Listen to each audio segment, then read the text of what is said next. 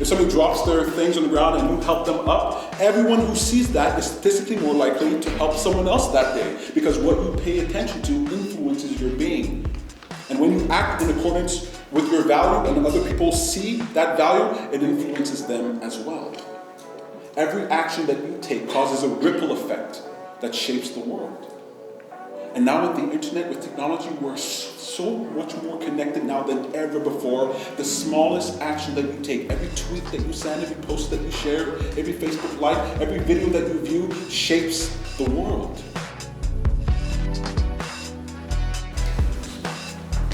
First of all, thank you so much for choosing this session.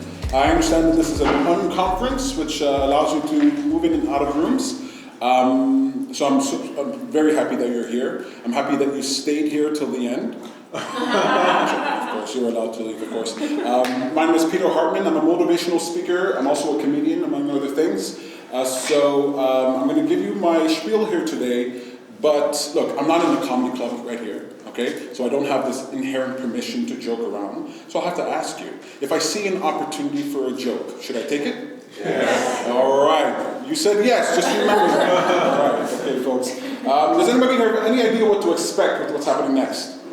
Okay, good, me either. I've got no clue. I've got some clue. I'm on a mission in life. I have my company Happy for a Change. I'm on a mission in life to spread happiness and purpose, and that's what I'm going to be talking about here today. Today's presentation is called Heroic Entrepreneurship and Shaping the Creative Future. Does anybody here feel like a hero when it comes to entrepreneurship? Like a hero? I know, heroes never raise their hand, you know, so you pass the test. Anybody raise their hand, they're a villain. Okay? So we're going to have a fun time here today. My message is pretty simple, but I think it's bold, and I think it's something that will improve whatever you're doing and improve your life. Most importantly, I think it's going to improve the world. All right, so let's get started.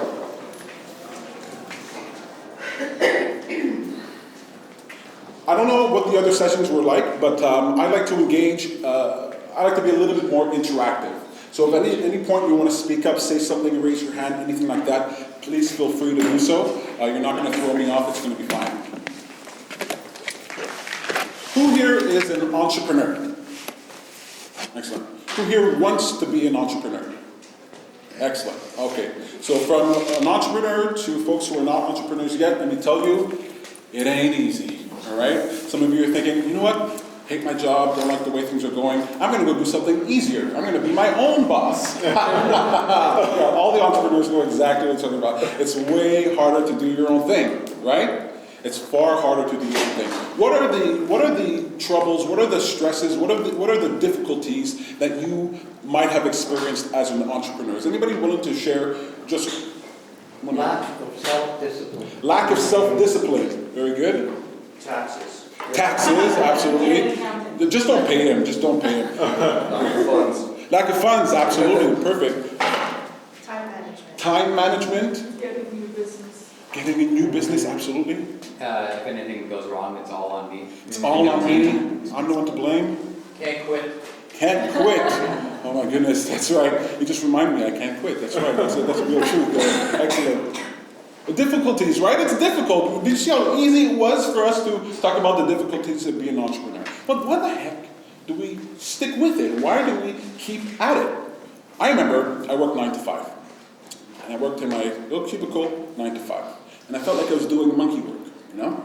And they'd ask me, I remember one day, and I know it's monkey work, because I know one day, my boss comes up to me, to everybody, and says, hey, we're going to do something new today. The head office has asked us to file these reports. You want to do these new reports and file them. And I'm sitting there thinking, what are these reports and who are getting them? I had this sneaking suspicion that they were just giving us more work to do. So I decided not to do my reports. And I was just going to see what happened. I'm the type of person, I'll jump off the cliff, we'll see if any harm comes my way, then I'll course correct, you know? Everybody's filling out the reports, banging their heads against the table, filling out the reports. It's so annoying filling out these reports. Week after week, nobody's come to Peter for one report, not one thing. And I realized there's a lot that goes on in the jobs that people are dealing with that it doesn't really matter. It doesn't really matter. You can get away with not being your best. You can get away with some jobs you can get away with doing half of what you want to do. Look, if you're a doctor, do it all. Okay? If you're a doctor, please do it all. But I don't know about you. I don't know if you've met people, they're at their jobs, they're feeling unfulfilled, they're feeling like what they're doing doesn't really matter. And I know that's one of the reasons I became an entrepreneur. When I gave my 2 weeks notice at my job, look, I hated my job so much. But when I gave my 2 weeks notice, suddenly I was happy. I was doing the same work and the same job, and I felt happy. And then I realized, oh, it wasn't really the job that was getting me down. It was just the sense that I lacked control over my life. I lacked autonomy. I lacked being self-directed. Does that resonate with you? Part of what we want as an entrepreneur is to direct yourself. Now here's the thing. I don't know what kind of world you think you live in, but the world I think we live in is a world where we're being manipulated by the powers that be. Consciously, unconsciously, deliberately, unintentionally. There's this sort of game that's going on, and in entrepreneurship, I find that game is still there. I think as an entrepreneur, you can very, very easily fall into the pattern, the same type of pattern that you did at your job. Except the boss that you're catering to is not necessarily you, or not necessarily some person, some man or woman. It's a concept. It's this idea of being an entrepreneur. So we tend to sometimes copy other entrepreneurs, right? We follow what other people have done before us, which makes sense, right? It makes sense that we would follow what happened, what the people did before us. But then sometimes you can get sort of locked into those steps. I'm very appreciative of the entrepreneurs that come before us. Entrepreneurs that come before us show us a way of being, show us a way of interacting with the world that's very useful. I grew up in Montreal. I'm from Montreal, and I lived in a neighborhood called St. Henry, and I would travel to go to school. I traveled from point A to point B to go to school. I had to travel from my house, and I had to go to the subway, to the metro, to the subway. In Montreal, we call it the metro. And I'm a terribly impatient person. I like to get to places as fast as possible. So I know the shortest distance between 2 points is what? Straight line. It's a straight line. So I mapped out a straight line from my house to the subway, except there's all kinds of things in my way. All kinds of obstacles in my way. There wasn't a clean road, there wasn't a clean path. I followed down an alley, and then I got to a fence that bordered a giant field where a train ran through. And then the other side was my destination, was the subway. So I get to the fence, and I notice that someone has cut open the fence right where I need to go. Turns out there's other people who like straight lines too. Am I the type of person to damage property and cut open a fence?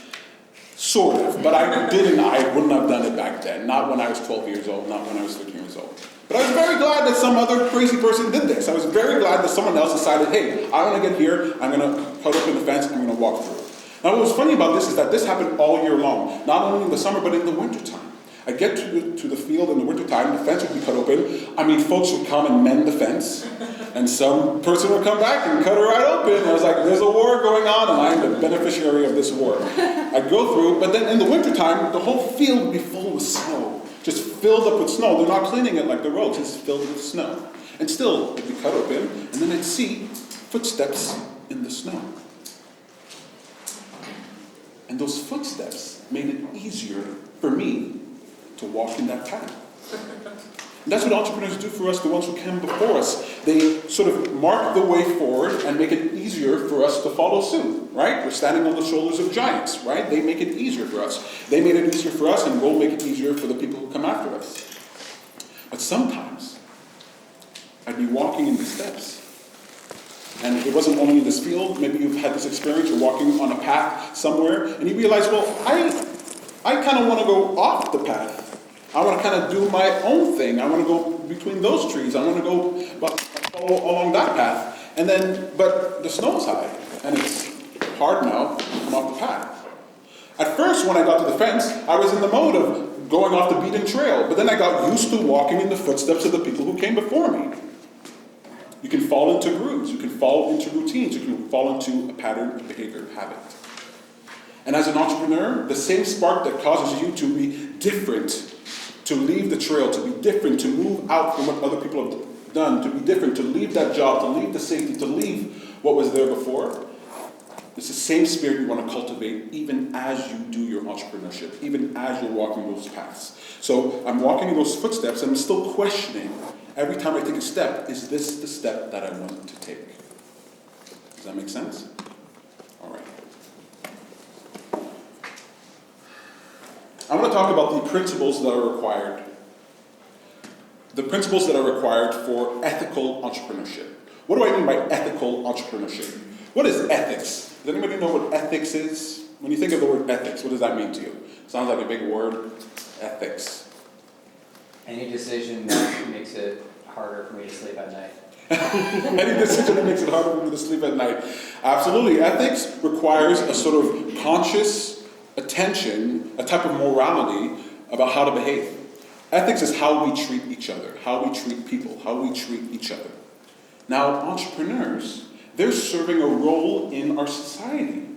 Entrepreneurs, look, I don't know what you think about Christopher Columbus, but in order to do what he did, to sail across the ocean, you gotta be a little crazy, right? You gotta be a little bit nuts. There's gotta be a little weird, right? My mother didn't raise anybody to sail across the ocean, I'll tell you that, okay? If I'm gonna do that, I'm gonna have to deviate away from the norm, right? Entrepreneurs serve a role in that they highlight different ways of being, autonomous ways of expressing yourself and of solving problems. They're doing their own thing. But as they're doing their own thing, and they're expressing themselves and expressing their value, they're influencing the world around them. Look, there are a lot of entrepreneurs on this planet, but are all entrepreneurs ethical? Are all entrepreneurs doing right by the world? Look, I don't know. I get in trouble for saying this, so I kind of hesitate, but I don't know if McDonald's makes the best burger, all right?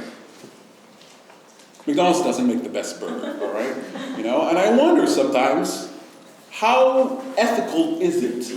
Not only McDonald's, but all the fast food that we have. How ethical is it, some of the shows that we watch? How ethical is it, some of the podcasts that are online? Like, are they really serving the public, or are they serving the bottom line? Are they trying to get profit? Are they trying to make that buck? Now, am I a person here that says, making money is wrong? No. And if you have money, please, give it to me. I would love some of it, okay? Making money is not wrong. But the reasons why we make money matter. Because if we don't care about the reasons why we make money, we might fall into traps, fall into behaviors, and follow footsteps that lead us on a path in a way that doesn't serve our interests. And most importantly, doesn't serve humanity. I believe that entrepreneurs are serving a role for the human species. They are part of the superorganism of humanity that are willing to deviate, to go outside of the norm, to find different ways for human beings to behave so that the other human beings can follow along behind them. I think you serve a role in this world. And I care so much about the way the future is going to look. And I want to encourage every single one of you crazy people to care more so than ever before about what you're doing and why you're doing it. So I want to talk about 3 principles here that will help with that. The 3 principles, I'm borrowing the 3 words that you know for sure as a fact, okay? There's who, there is why, and how. I'm going to define those terms here for you. So the why. Forgive me, the who. The who is you. The who is the self. The who is the self. Okay? As an entrepreneur, you are taking charge of yourself. But I want to expand the definition of self before I say that. Who here believes that being selfish is wrong? Who here believes that being selfish is wrong? Or maybe being selfish isn't maybe the best thing. Maybe wrong is too strong a word. Maybe it isn't the best thing. Who here would prefer someone to be selfless over selfish? Okay, good. Right? So we do have this bias towards being selfless over selfish. Because on some level you go, yeah, self is important, but we also want to care about the other. Now, I believe that every individual should be selfish, incredibly selfish. I think you should care 100% about what's going on in your life, about what matters to you. Why? The cell that's in your arm here is not concerned about the cell that's in your shoulder. The cell that's in your arm is doing all that it can to be the best cell that it can be. And by being the best version of itself, it helps the whole. You with me? By being the best version of who you are, you actually make the world a better place. Now, sometimes we act selflessly, and it sounds good, it sounds wonderful. I grew up as a fundamentalist Christian, selfless, be humble. But when you act not according to your own best interest, but because someone told you to do this, or because you were trained to do this, not because you understand what's going on, just because you feel it's better to deny yourself and to cater to other people, you can kind of fall into a trap. You can kind of be manipulated. But when you recognize what selfishness really is, true selfishness, what it really is caring about yourself to such a degree that you benefit the people around you, then you're going to be willing to ask yourself, what matters to me the most? Now, does that mean I want you to not care about people at all? No, absolutely not. What I want you to do is to expand the definition of self to include other people. It's like wearing an oxygen mask before you put that on your co-passengers on an airplane. Absolutely right. Yeah. Absolutely right. I remember the first time I heard them say that presentation on the plane, put it on you before your kids, I was like, this person doesn't have kids. What are you talking about? How do you suppress the urge to help your kid? But it's important. Yeah. Because if your kid's got the mask on and it's breathing fine and you're like kind of passed out there, kid's going to still be in kind of a little bit of a trouble, right? But if you can get your mask on first, then you're helping them. Yes. Now, when a mother, let's say a mother doesn't have enough food for her and her child, and she gives the food instead of her to her child, would you say she's being selfless or selfish?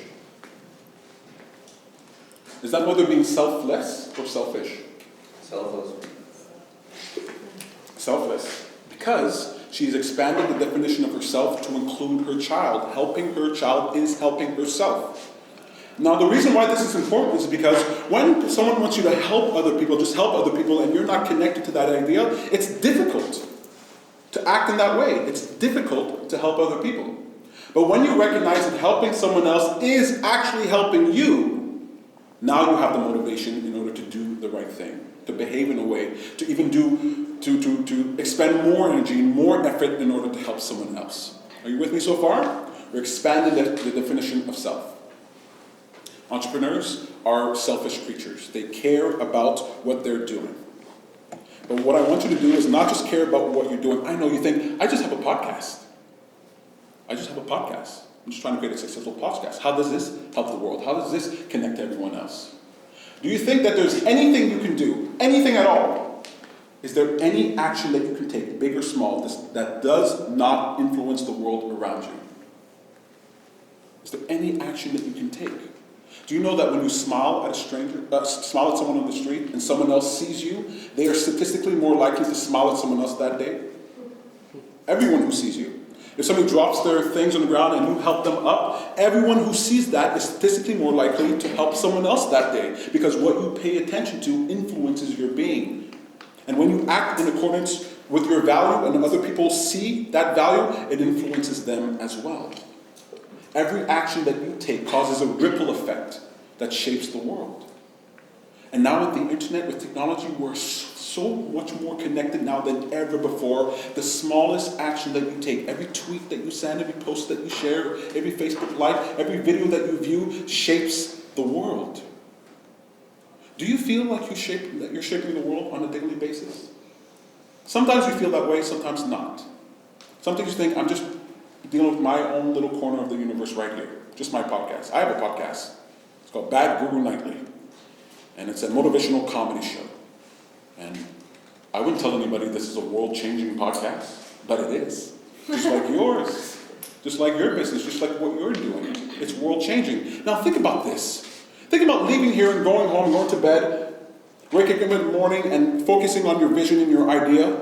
But instead of just focusing on the vision of your idea and finding the motivation to get out of bed in the morning and to do that work, what if that motivation didn't only come from getting the job done, but by making the world a better place? What if your purpose, what if the mission for whatever project you're engaged in wasn't just to make this project successful, but to shape the world around you? Doesn't that feel like a bigger story? Doesn't that feel like a bigger narrative? And doesn't that bigger story give you a little bit more motivation, a little bit more inspiration in order to move forward?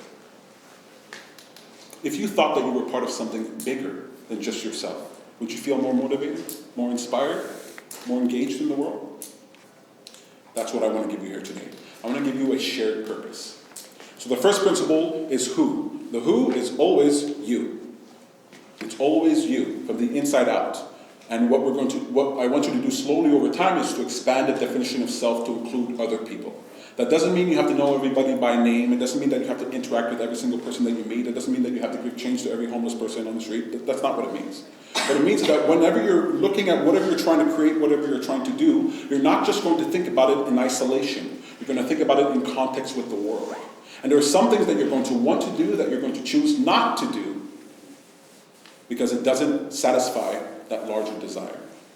And there are some things that you might not immediately feel like doing, but by focusing in this way, you will want to do, and it will make what you do more impactful. It will make what you do resonate with more and more people. I remember I was on stage doing some comedy, and comedians, they're always trying things out, you know? They find the line, they cross that line, and then they take a step back. And I remember being on stage and telling some jokes, and it wasn't going well this day. This is what we call bombing, okay? It wasn't going well this day, you know? I was feeling very stressed out. I'm on the stage, and I'm about to say a joke, and I can feel within myself that I feel kind of like embarrassed to say this joke. It's a joke I've said many times before. I won't tell you here today. I won't tell you here today. It's a very naughty joke, but I felt kind of. Talk to me later, I'll tell the joke. I felt kind of strange about it. And I realized that I've said this joke many times before and it's gotten a laugh.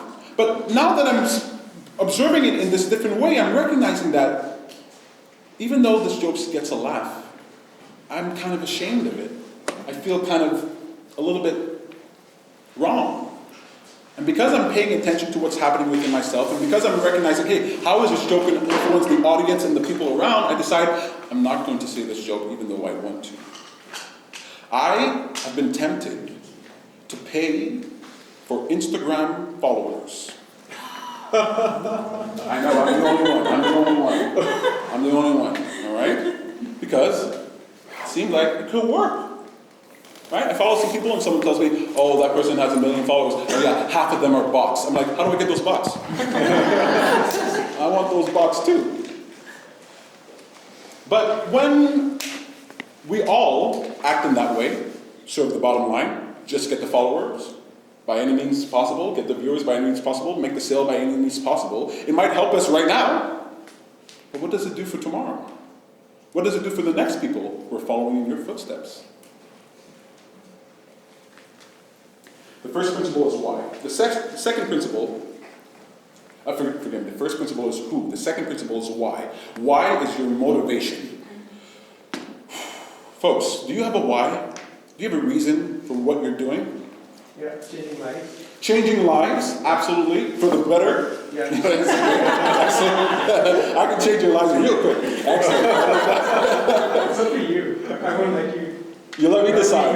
Excellent. Yeah. I love that. Yes, perfect. Does anybody else have a why you're doing what you're doing? I really like that your hands are not going up. It means that either you're not so sure about the why, which is a great place for you. It's great that you're here today because I'm going to give you this why. It might mean that you haven't thought about it, but your why should be on the tip of your tongue. I have a point near the beginning of the talk. If you're thinking about ethics, those are doubts when you are not connected with your true self and your soul. And once you're unaligned with your life purpose, things just become like, oh, I need to do this. And then there's like no thing small or big that is kind of like stopping you. It's kind of like clutching your throat along that path. Absolutely. Do you know that someone with a purpose, someone with a why, someone with a clear motivation, there's very little that can hold them back. There's very little that can hold them back. I want to ask you more about your whys, but I feel like I don't want to be picking on anybody here or anything like that. I think it's very important to know the reason why you're waking up in the morning. There are times in my life where I did not feel like getting out of bed in the morning. There are times in my life where I didn't even want a tomorrow. And it's because I didn't have a purpose. I didn't have a why. I didn't know what that was. It used to be Jesus. It used to be Jesus. Oh man, when I went to church, oh my God, it was so fantastic.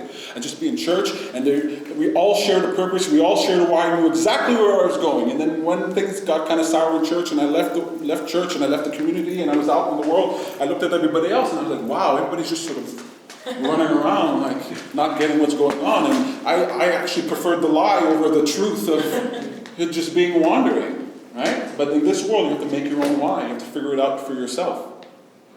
My why is to make the world a better place. How do I want to make it a better place? I believe that by empowering individuals to be the best versions of themselves, they will go after what is of value to them. And when they go after what is of value to them, individually, then we have hundreds of millions of people individually shaping the world with the power of their attention, with the power of their vision, with what they care about. I believe people like you are responsible for the future that is to come. Now, I don't know what the future is going to be like. Do you? I mean, I watched the Jetsons. I don't think we're close to that. I don't think we're close to... Elon Musk is making electric cars, and they're not flying. There's no robots that I can talk to. I don't know what the future's going to be like. Maybe the Flintstones? Maybe the Flintstones. Look, if the world continues going the way it goes, maybe we'll go back to that, that's for sure. But, it'd be fun to sort of ride cars with pedals and stuff. But I don't know what the future's going to be like, the details of it. I don't know what technology is going to be there. I don't know if Facebook's going to be around. I don't know what's going to be there. But what I do know, or what I do want, what I do hope, is that we move from competition to collaboration. Competition works really well. It worked really well at the beginning of humankind and up until recent past, right? Now we're entering an age with technology where we're able to collaborate more than ever before.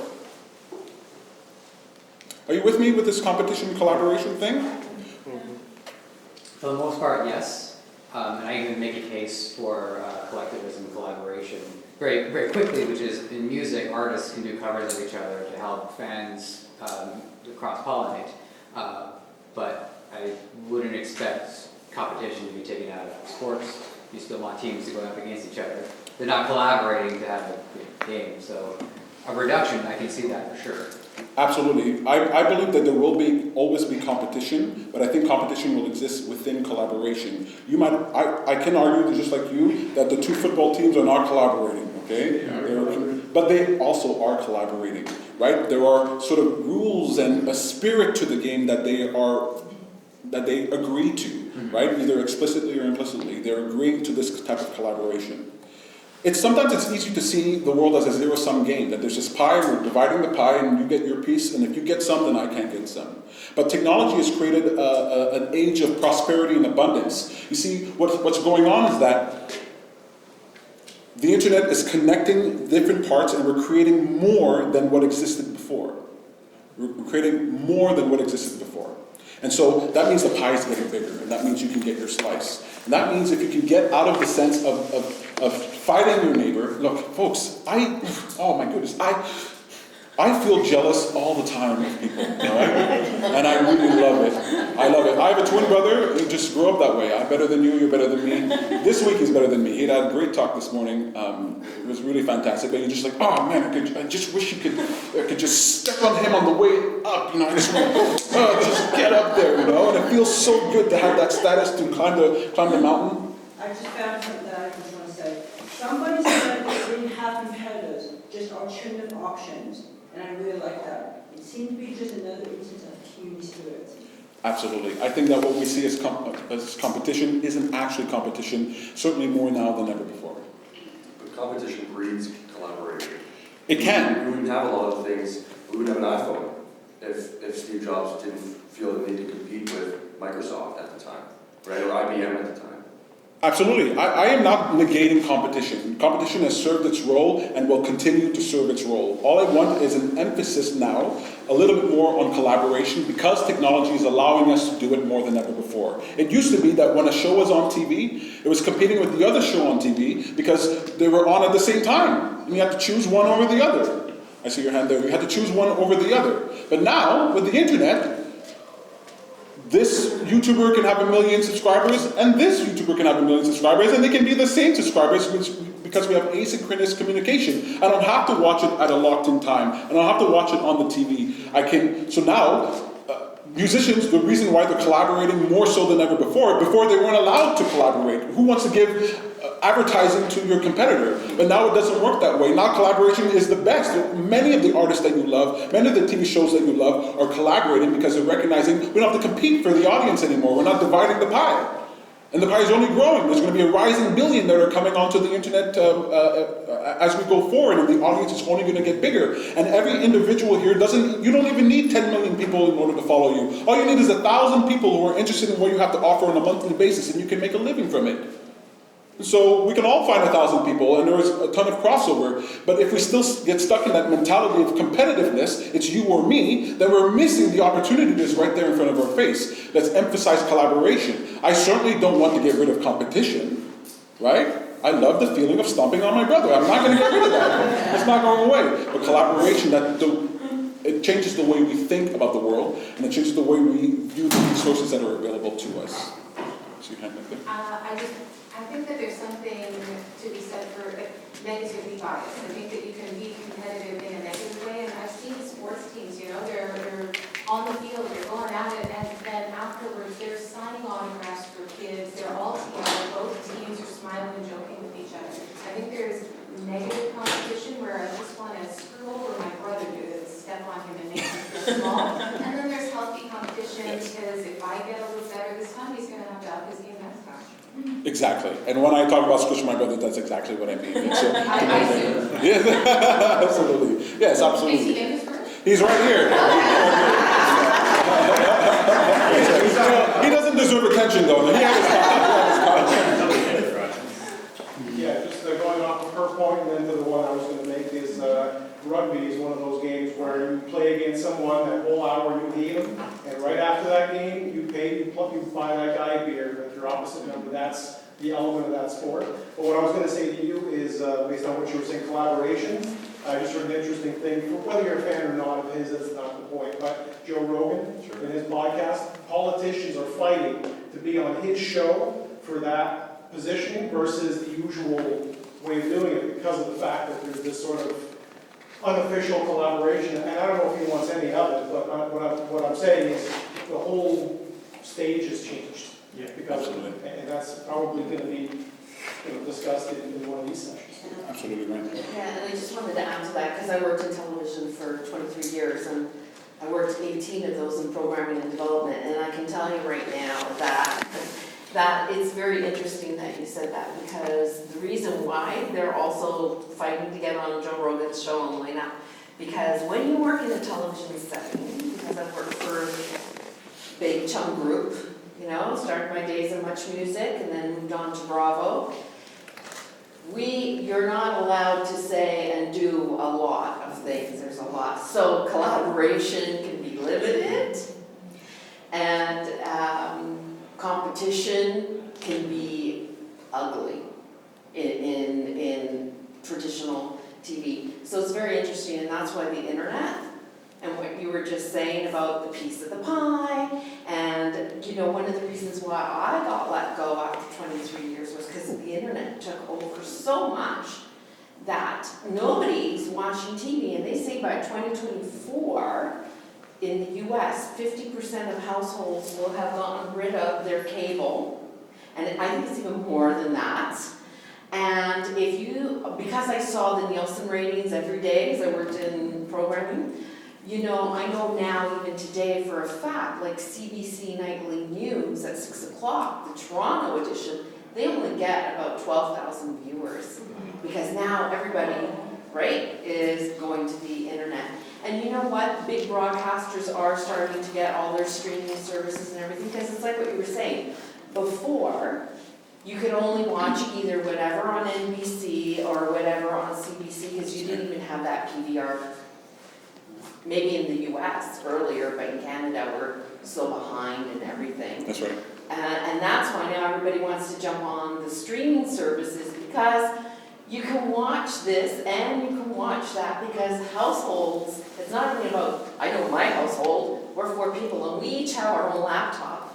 Plus we have the one computer that we always use for the streaming. That's right. And it's gonna get yeah. It's going to get much crazier, and Yes. and that's why I say I can't predict the future. I don't know what it's going to be like exactly. I have my assumptions, but what I do know is the quality of the experience, that the nature of our behavior is going to have to be put under a microscope. In Yeah. fact, your behavior is going to be put under a microscope by the viewers that you have, because they're going to be able to look you up. They're going to be able to look at your history more so than ever before. I know I'm running out of time, so I want to make sure I get to this. Thank you for your contributions here. All right, so the why is important, the who is important, that's the self. The why is your motivation. And the last thing is the how. Now, most time people talk to me and they go, Peter, how do I improve my life? How do I create this? How do I do that? How? And I always save the how for the end, because really it's not as important as the why. But the how is important too. The how, the answer to how, if you want to know the secret to how is, if you want people to listen to you, just say the secret to how in the whisper is habit. Habit is what creates. Habit is the only thing that creates. Action over time creates change. Action over time creates change. Water dripping on stone can create a cavern over time. Habit is what creates change. Habit is how you create. So the habit I want you to focus on here is the habit of attention. This world is an attention economy.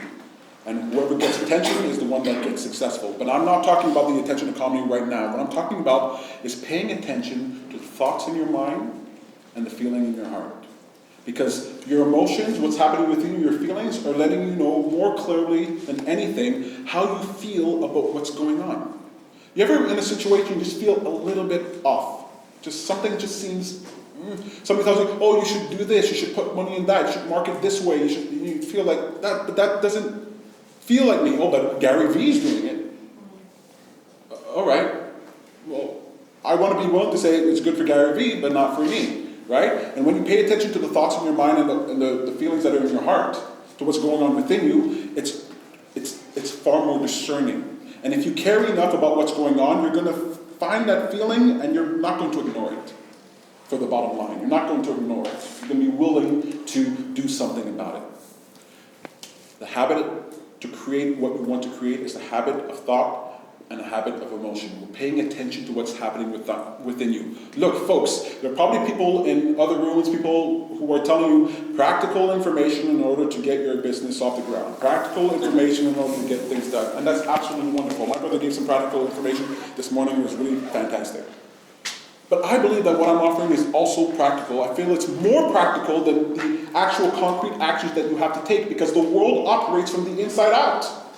And we forget that. As an entrepreneur, you're so busy, engaged in dealing with the facts and the numbers and the details of your world, so engaged in other people that you forget what the heck is happening within me. How clear-minded am I? If you want to achieve success online, if you want to achieve success in what you need to do, you need to, one, be more personable. Your personality must shine through, because your personality is what's unique about you. That's what differentiates you from other people. This person has a podcast where they interview people. This person has a podcast where interviews people. Which one are you going to listen to? The one that accentuates their personality the most. The one that seems different, that stands out. Well, folks, if you don't know who you are, if you don't know what makes you you, you won't know what to put into your craft. You won't know how to shape it. If you're not willing and bold enough to color outside of the lines, then you're going to follow the patterns of the people who came before you without asking yourself, yes, these steps brought me here and that's good, but could these steps be better? Am I willing to step in the snow? Am I willing to do the hard thing and color outside of the lines? And when you do that, that's what authenticity is. Being authentic, being an authentic person, shows itself when people are willing to make mistakes, when people are willing to mess up. When I see people online mess up, I feel closer to them. When they seem perfect, it feels sterile. Right? When people mess up. I love watching live things. I love watching live shows. I love watching live events. Oh, sorry, we're having technical problems. I want to know how you deal with live technical problems. Because it's fun. Because it's good. It makes you feel like it's harder to fool someone. I feel like I'm being less fooled when I'm seeing the mistakes that you're making, as opposed to you're all perfect, and I'm wondering, hey, what's going on behind the scenes? Right? Knowing who you are, caring, paying attention to what's happening within you, I believe is the reason the world is the way it is. I think people have forgotten Forgive me, I'm running out of time here, but Oh, no, yeah, just quickly, it's funny you said a mistake, because, we have a podcast for a couple, and so when we used to do our live shows, and one day our kids came in and we're like, get away, leave. send me that episode. I want to see that episode. I love But it that. was so funny, because the next day our audience was like, no, that was awesome, like, to hear the kids coming in, and we're like, okay, we'll keep it. And from now on, we just, the time they came in, like, oh, what's going on? They were very little at the time, people adored it, and we're shocked. Absolutely. Absolutely. But how many of us, you don't have to raise your hand, how many of us, just think to yourself, how many of us have been afraid to make mistakes? Have not made that bold choice, have not been willing to move forward, right? How many of us, forget, I'm just running out of tails here, if you allow me here. I'm so happy you guys are raising your hand, you're engaged, I love this is fantastic. They should give me 2 hours, right? How many of us have a fear to move forward, a fear to risk something, a fear to try something new? Look, folks, entrepreneurs, they face their fears. That's what they do. A true entrepreneur sees a problem and goes forward and tries to solve that problem to the best of their ability, and their fear is only an indicator to them that lets them know, I'm doing something new. And so they seek it out. They look for reasons to extend themselves. They try new things. If you want to be in the vanguard in this world, and there are going to be so many more entrepreneurs coming after you. You have no idea. This world, with AI, with the way technology is going, people are sitting in jobs they think are safe. Not safe at all. A robot can do my job. I've heard a robot play the violin. I don't know what you're talking about. Okay, I can play the violin. Robots are going to do what's going to happen in the future. People are going to gravitate to people who are authentic, true human beings. And what's human is the good and the bad. What's human is all the details that surround you. What's human is what's uniquely you. Now you might not know what's uniquely you, but that's the experimentation. Pay attention to your life. Look at what's going on. You might think, oh, Peter, I'm doing a show and I also care about knitting. But knitting doesn't have anything to do with what I'm doing. Knit on your show, and I want to see you do that, and let's see if it's different. This is Tom Hartman interviews Elon Musk and knitting. Like, I want to see that. Okay? That's how you become different. That's how you become more authentic, and that's how you express what you care about. Every single moment of every single day, you are engaged in an economy. You are shaping the world around you by the choices that you make. Most of the choices you make are made pre-programmed choices. Right? You saw an advertisement, the same circles do the same things. Folks, an entrepreneur is somebody who steps out. An entrepreneur is someone who colors outside of the lines. An entrepreneur is someone who seeks out fear, seeks out discomfort. And in so doing, you will find the magic that makes you you. All right. Believe it or not, I got to just 2 of my points here today. All right.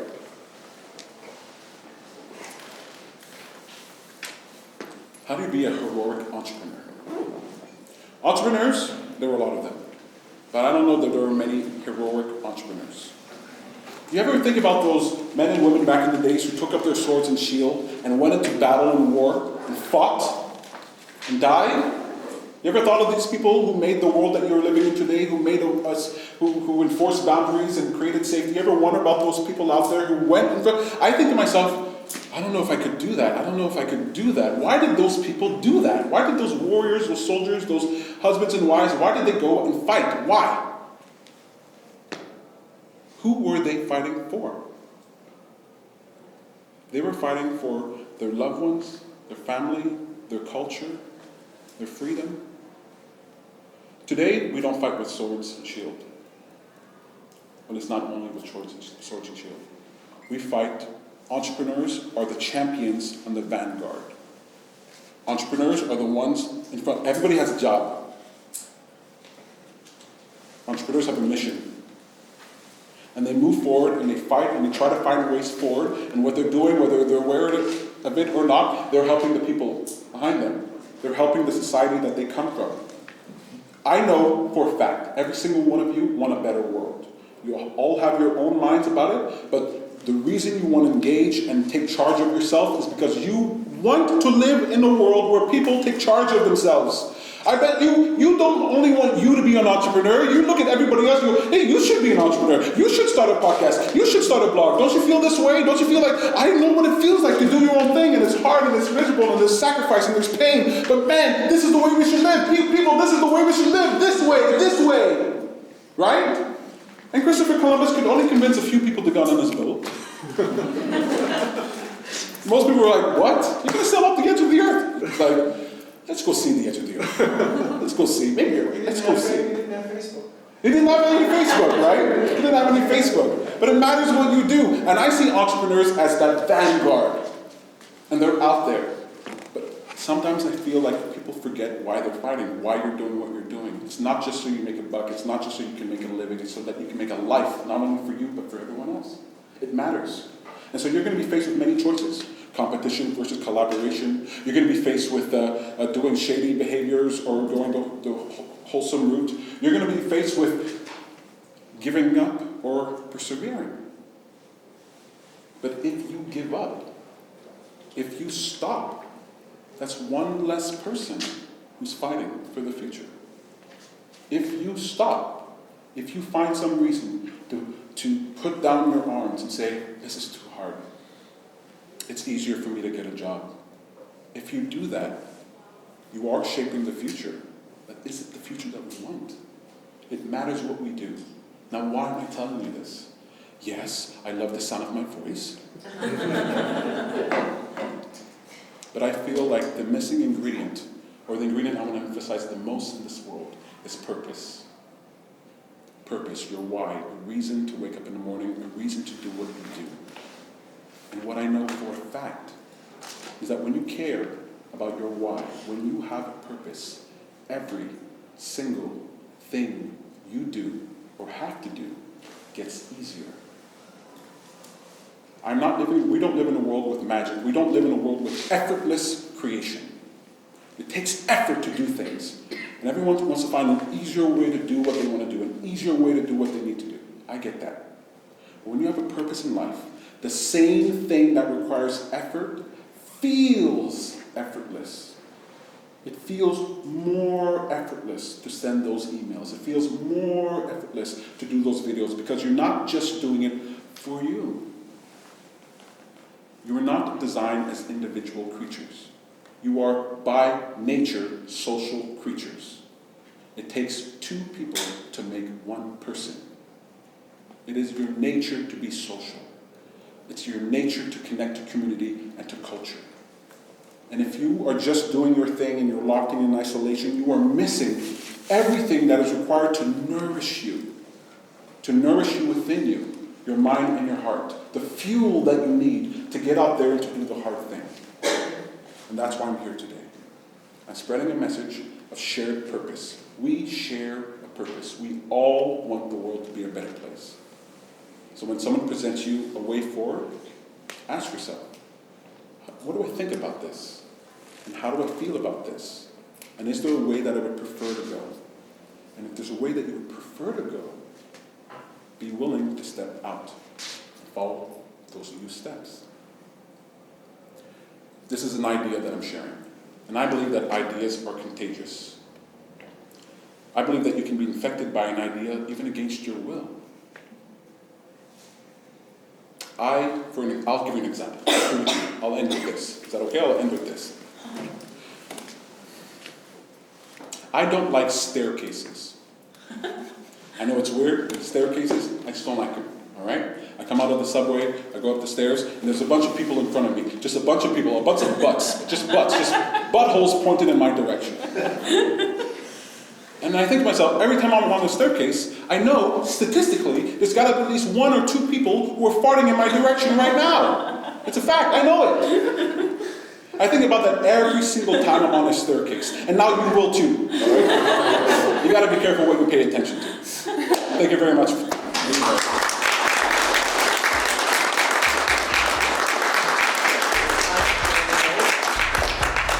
Is it time to share your joke? You want to get me in trouble here? I'm going to get canceled here. You want to see my jokes? I won't send you to the principal's office. The best place to hear this joke is Bad Guru Nightly. It's my podcast online. YouTube.com/happy for a change. Thank you, folks. Thank you. Hey there, thanks so much for watching the video. If you liked it, consider subscribing to the channel and hit that little bell so that you know when another video gets posted or when we go live. We got more content coming for you. Definitely check out the YouTube channel and find us over on facebook.com/happyforachange. Happy for Change is here, reminding you to pay attention, like and subscribe. Do it now.